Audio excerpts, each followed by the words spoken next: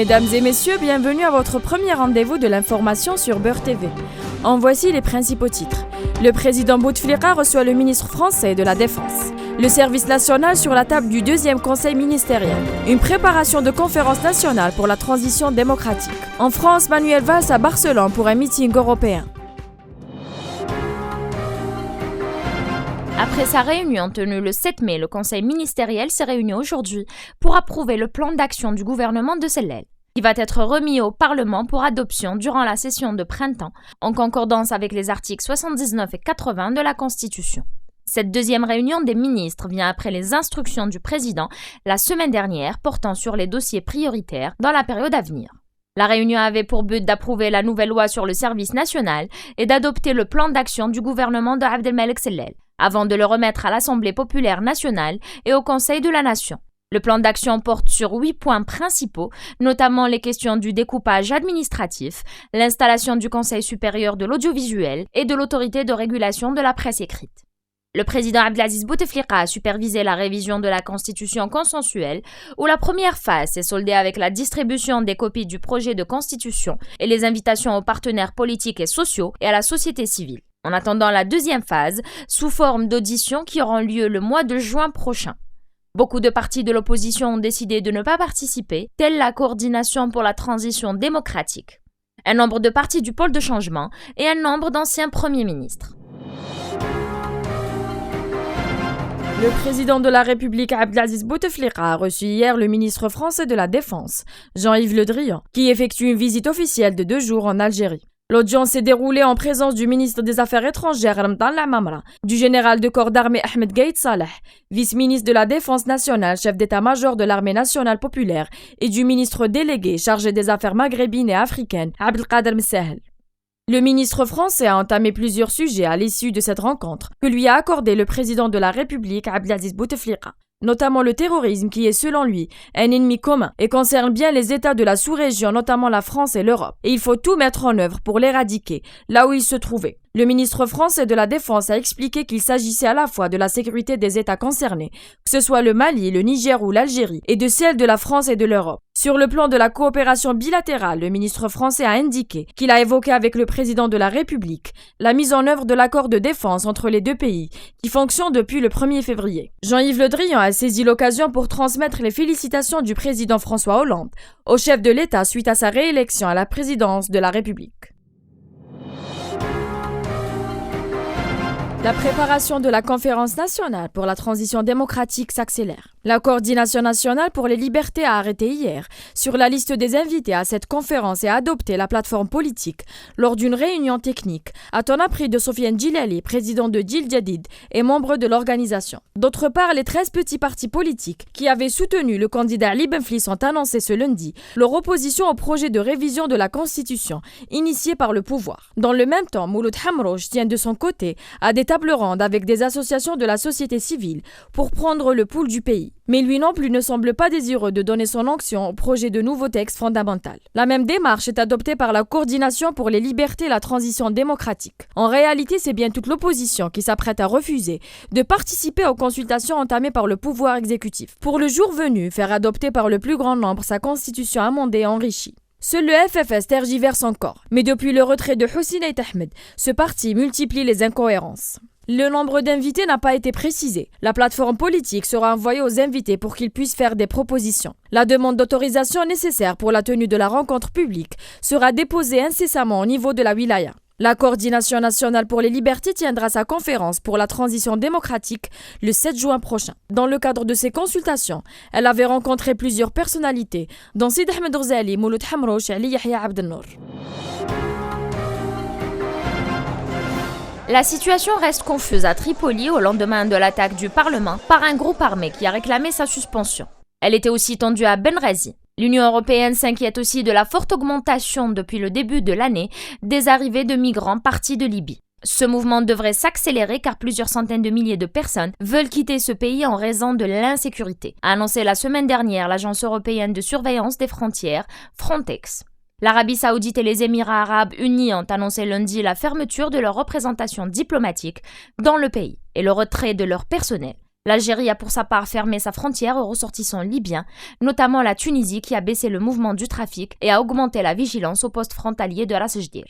Alors que les autorités libyennes ont par ailleurs prolongé la fermeture de l'aéroport de Benghazi jusqu'à dimanche prochain en raison des violences qui se déroulent dans le pays, a indiqué le directeur de l'aéroport. L'annonce ce lundi du ralliement du commandant des forces spéciales de l'armée libyenne au général Haftar constitue une seconde victoire, a déclaré à Reuters le colonel Wenis Bouhameda, chef des forces spéciales, interrogé à Benghazi, et il avait condamné l'offensive lancée par les troupes du général Haftar contre les bases de milices islamistes. Les brigades du 17 février et Ansar al-Sharia qui ont fait au moins 79 morts et 141 blessés. Certains membres des forces spéciales s'étaient ralliés avec tanks et avions à cette offensive. Les forces spéciales stationnées à Benghazi sont depuis des mois la cible d'attaques et d'attentats suicides attribués à des groupes terroristes islamistes. De son côté, l'Union européenne est très préoccupée par la poursuite de la détérioration de la situation en Libye, où un groupe armé a attaqué dimanche le Parlement. Le porte-parole de la chef de la diplomatie de l'Union européenne, Catherine Ashton, lors d'un point de presse, a appelé tous les partis à éviter tout recours à la force et à travailler ensemble afin de favoriser une transition réussie en Libye. Lors de sa première sortie à l'occasion de la journée de l'étudiant, le ministre de l'Enseignement supérieur et de la Recherche scientifique, Mohamed Mebarki, a dit que le taux de chômage parmi les étudiants qui ont gradué récemment des universités algériennes ne dépasse pas les 10%, ce qui a été nié par l'organe légalement autorisé à fournir les statistiques. Selon la cellule de communication au niveau de l'Office national des statistiques, le taux de chômage parmi les étudiants diplômés en 2013 est de 14,3%. D'autres sources universitaires parlent de 48%. La situation des diplômés des universités algériennes constitue un grand problème sur plusieurs plans. L'étudiant ne trouve pas un travail dans sa spécialité et sa situation sociale ne facilite pas son intégration, notamment dans ce qui concerne le logement, parce que les étudiants ne sont pas nécessairement issus de la région où ils ont effectué leurs études. Comparé à d'autres pays tels le Canada et le Japon, l'Algérie reste loin derrière dans la prise en charge des diplômés. Au Japon, par exemple, plus de 80% des étudiants qui ont achevé leur cursus en mars 2014 dans l'espoir de travailler avaient un emploi à la sortie. Le journaliste français Jean-Louis Heurst, décédé mardi 13 mai en France à l'âge de 78 ans, a été inhumé mercredi au cimetière chrétien de Diyar Saada d'Alger. Disons que c'est quelqu'un qui a été jusqu'au bout de ses idées, quelqu'un qui était prêt à mourir pour l'Algérie. Je vais maintenant remercier particulièrement Monsieur l'ambassadeur d'Algérie en France, qui permet ici d'exaucer les dernières volontés de mon père et de ma mère. Merci pour ma fille et les générations futures qui arrivent et qui, se retournant vers le passé, peuvent ainsi comprendre d'où ils viennent. Il est resté fidèle à l'Algérie jusqu'à maintenant. Donc le dernier mot pour rendre hommage à sa fille Annick, qui a perdu également sa maman il y a 2 ans. Donc les deux ont manifesté le désir d'être enterrés dans ce pays, dans cette terre qui nous est tous très chère. Des personnalités historiques, des représentants des ministères des Moudjahidines et de l'Intérieur ainsi que les camarades du défunt ont fait l'éloge de ses qualités et de ses positions. Et Jean-Louis Heurst en fait partie. Et il est important de lui rendre hommage et de rendre hommage à tous ces Français que l'Algérie ne doit pas oublier et que l'historiographie algérienne ne doit pas oublier, et doit leur rendre hommage et que leur mémoire soit perpétuée. معنا في الثورة الله يرحمه دار لي بزاف جزائريين ما دارش. Le défunt Jean-Louis Heurst a toujours combattu l'injustice et défendu les peuples opprimés. Né le 18 septembre 1935 à Nancy, Jean-Louis Heurst était membre des réseaux dits de porteurs de valises, en soutien au Front de Libération Nationale FLN pendant la guerre de libération. Connu pour son livre Le Déserteur, un récit personnel qui signe du pseudonyme Maurienne. Il réintègre après l'indépendance de l'Algérie en 1960 de l'armée pendant quelques mois pour terminer son service militaire. Le 21 mai 2003, 11 ans après le séisme de Boumerdès, une date qui reste gravée dans la mémoire. Les habitants de Boumerdès et de l'est d'Alger se rappellent très bien de cette tragédie qui a engendré une autre, appelée les chalets. Beurre TV a visité la cité de Chalet Amiroch Al Raya pour être choqué des conditions de vie déplorables et le manque des besoins les plus élémentaires pour une vie décente. الوضعيات راح نهبلوا هنا اخويا رانا خلاص تقرمدنا كاع ولينا عندنا ديبريسيون كاع مرضنا في الشاليات 10 سنين وحنا في الشاليات من 2004 وحنا هنا كل يوم بروموز يعطونا السكنه نعطيكم السكنه كاع مرضونا راه مهبلونا كاع والوضعيه تاعنا راك تشوف فيها الشاليات كاع مكسرين، الزوبيه دايره بينا، حاجه كطومبات، فيران، الناس كاين اللي راه مشى في الشالي، راهم في الشالي 4 من الناس متزوجين لداخل حنبابك شومبره واحده فيها 2 عباد 2 لجان راقدين، كاين اللي ولادهم راقدين تما. عندنا هنا 5 سنين وكاين اللي عندهم 10 سنين وعدونا يعطوني ديسيجن 18 شهر، رانا في 5 سنين هنايا. هذه شاري طاب وراب وخلاص، مرضنا اولادنا مرضوا والمجتمع كاع مرض. هاي كيف انا كنت في لوتسون ميشيل جيت القبه وراه المترو بالذات قاسونا تما، كنا دور تاع قرموط تاع حوش كيما نقولوا حنايا، وقاسونا وكاع يتك وعدونا ب 18 شهر يرحلونا. قلت لك الشاليات هذو تاعنا حنا هنايا محقورين، كرهنا من الوعود، يجيو الوعود هاكم نرحلوكم، هاو على شهر، هاو على 15 يوم، هاو على شهرين، لكن احنا منسيين تماما. وجاو تاع الدائره وتحرقوا الشاليات، هنا تحرقوا، وجا المسؤول تاع الدائره وجا شيخ البلديه وهدرنا معاهم وواجبونا وقال لك يا ودي اصبروا لنا منا على 1 الشهر باذن الله نهزوكم. ملي تحرقوا الشاليات عندهم 3 شهور ما كان حتى واحد طلع عليهم، ولخر فيهم هنايا، لخر فيهم عنده 4 سنين. الشاليات مخدومين على عام ديباناج، ما مش مخدومين باش يقعد الانسان فيهم 4 سنين و5 سنين و10 سنين. الور هنا الشاليات نقول لك شاليات تاع الغايه ما عندهمش حتى واحد اللي يطلع عليهم، ولا حتى تقول ما جزائريين كاع. Lors de notre visite, on s'est rapproché de l'une des familles qui occupe le chalet depuis 11 ans. Les années passent et la situation reste la même. Des familles relogées, d'autres attendent. Et la souffrance est toujours d'actualité. الأدلة تاع ضحايا الزلزال تاع 2003 لو 21 ماي، حنا من المنكوبين هام بالوثائق تاعنا راكم تشوفوا فينا، وحنا ماشي جدد هنا في رغاية، حنا عندنا عقد راهم سنيي فيه الله أعلم عبد القادر بوحارة، فوقت هو ريبو مدينة.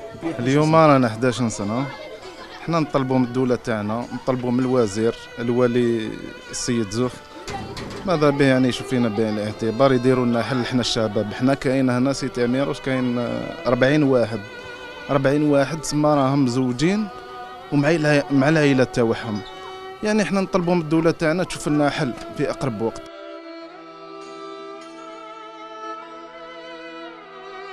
Les autorités locales ont affirmé que les familles résidant au chalet sont prioritaires dans le prochain relogement.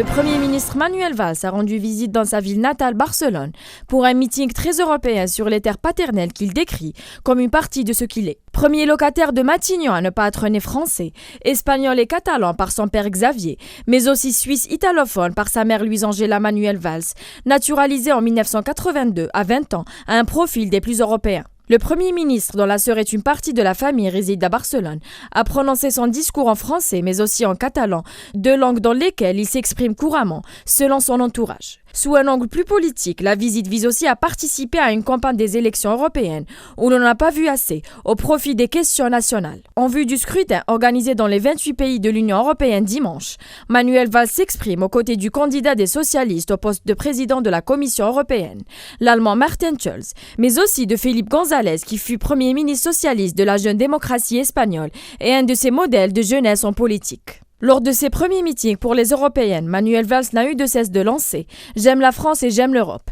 et de rappeler le rôle de l'Union européenne dans l'émergence des démocraties en Europe de l'Est, au Portugal, en Grèce et en Espagne. Juste avant de prononcer un discours contre l'immigration lors d'un meeting à Marseille, le président d'honneur du Front National a estimé que le virus, qui fait des ravages en Afrique de l'Ouest, peut régler le problème de l'explosion démographique. C'est une sortie qui va faire couler de nouveau beaucoup d'encre. Le président d'honneur du Front National, Jean-Marie Le Pen, lors d'une discussion, il parlait de l'explosion démographique dans le monde, a lancé à Marseille que Monseigneur Ebola peut régler ça en 3 mois. Une référence au virus mortel qui a encore coûté la vie d'une centaine de personnes ces derniers mois en Afrique de l'Ouest, essentiellement en Guinée.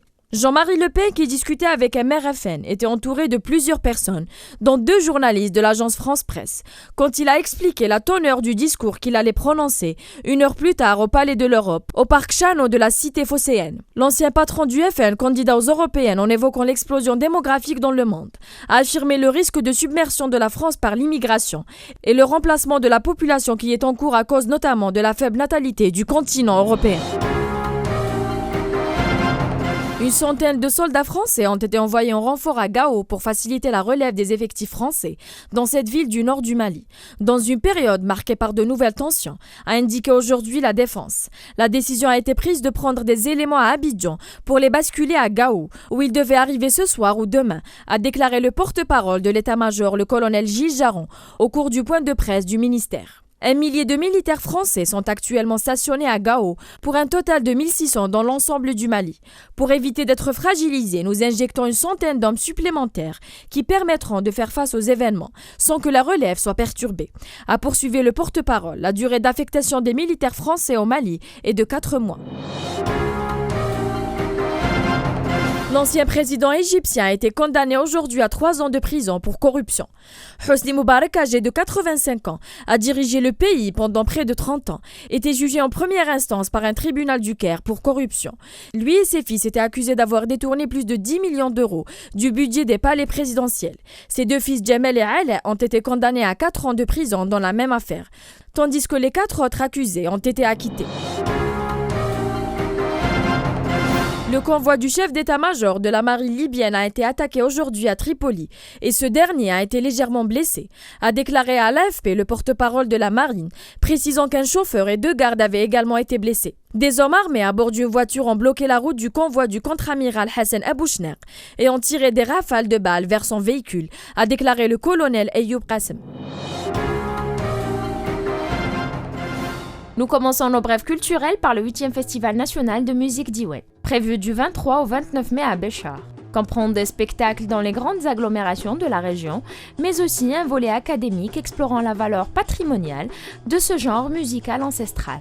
Devant une affluence considérable qui ne cesse d'augmenter au fil des éditions du festival, le stade de la commune de Béchar ayant accueilli jusqu'à 8000 personnes en une soirée. Les organisateurs ont également programmé des spectacles sur les places publiques de Territ, Bni Abbas, Qnedsa et Erli, des communes situées à plus de 200 km de Béchar pour les plus éloignés. Comme à l'accoutumée, 15 troupes musicales amateurs ou issues de confréries soufis de villes comme Mstranem, Oran, Béchar ou Constantine se disputeront les 3 premières places pour s'assurer du ticket de passage sur la scène du Festival international de musique Diouane d'Alger. Une parade à travers les rues de Béchar réunissant les différentes musiques populaires du folklore de la Saoura ouvrira le bal. Le festival prévoit également de faire connaître la nouvelle scène algérienne en invitant des groupes comme Caméléon, une troupe d'El Halili, féminin d'Adrar et Fricklay, en plus des incontournables Esad et Hasna el-Bécharia. Nous clôturons nos brèves culturelles par la star de la chanson francophone du moment qui fera son grand show le 30 mai prochain à Alger. À la coupole du complexe olympique, a annoncé le chanteur hip-hop lui-même dans une vidéo postée samedi sur Internet. Stromae, né en 1985 à Bruxelles, de mère belge et de père rwandais, auteur, compositeur, interprète et producteur de nationalité belge. En 2009, il sort son premier album, Cheese. En 2011, album de musique électronique ou dance de l'année par les Victoires de la musique. Et se fait connaître avec Alors en danse, pièce extraite du même album, et classée également hit de l'année aux Music Industry Awards 2010. En 2013, son 2e album Racine Carrée est un succès critique et commercial, avec des titres phares comme Papa Outé, meilleur clip au Festival international du film francophone en Belgique. Et formidable, prix Ralph Marbeau de la chanson à la même année. À l'autre, on aura disparu, serons-nous détestables, serons-nous admirables, des géniteurs ou des génies, dites-nous qui donnent naissance aux irresponsables.